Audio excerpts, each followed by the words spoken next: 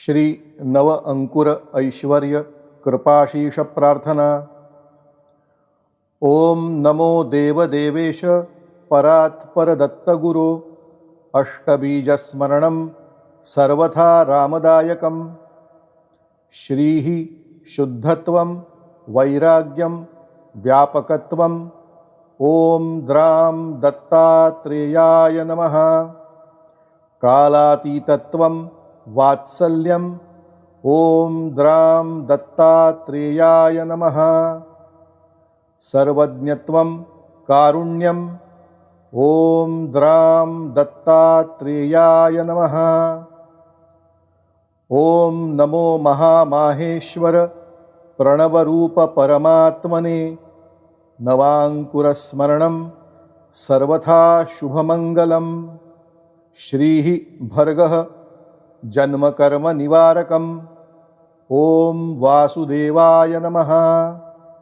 श्रीः ओजः सर्व आरोग्यदायकम्। ओम वासुदेवाय परमपदाय नमः। श्रीः शान्तिः सर्वत्र सुखकारिणी। ओम परमपदाय नमः। श्रीः तृप्तिः सदैव यशदायिनी। ओम परमपदाय संकर्षणाय नमः।